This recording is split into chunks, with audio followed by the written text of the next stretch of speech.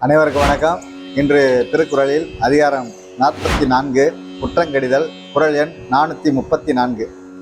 குற்றமே காக்க பொருளாக குற்றமே அற்றம் தருவும் பகை. இதுதான் குறள். இந்த குறள் என்ன சொல்கிறது என்றால், குற்றமே ஒருவருக்கு அழிய உண்டாக்கும் மிகப்பெரிய பகையாகும்.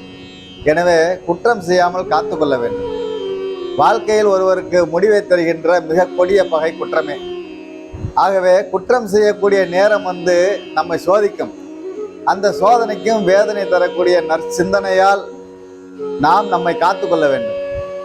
நாம் படித்து பட்டம் பெற்றிருக்கிறோம், பலர் போற்றக்கூடிய வகையில் பதவியும் பெற்றிருக்கிறோம். நாம் செய்தால் யார் கேட்பது என்ற ஆணவத்தில் குற்றம் செய்வார்களின் அதிகாரம் குறையும் காலம் வரும்பொழுது செய்த குற்றத்தின் வயது உயர்ந்து நிற்கும். அதுதான் முடிவை கொடுக்கும். குற்றத்தை ஒரு பொருளாகத்தான் இங்கு வள்ளுவ பெருந்தகை குறிப்பிடுகிறார்கள்.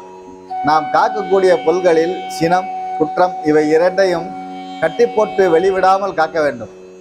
இவைகள்தான் ஒருவரது வாழ்வையும் வளத்தையும் அளித்து அவரது வாழ்க்கைக்கு முடிவை தருகின்ற பொருள் என்பதையே குற்றமே காக்க பொருளாக குற்றமே அற்றம் தருவும் பகை என்ற பொருள் மூலம் ஒருவர் பொன் பொருள்களை காப்பதை விட குற்றம் செய்யாமல் தன்னை காத்து கொண்டால் பகை என்பது இராது, வாழ்க்கையும் சிறக்கும் என்று வள்ளுவ பெருந்தகை காத்து கொள்ள வேண்டியவைகளில் மிக முக்கியமானது குற்றமற்ற குற்றம் செய்யா குணம்தான் என்கிறார்கள். வாழ்க வளத்துடன். நாம் நாளை மற்றொரு குறளில் சந்திப்போம்.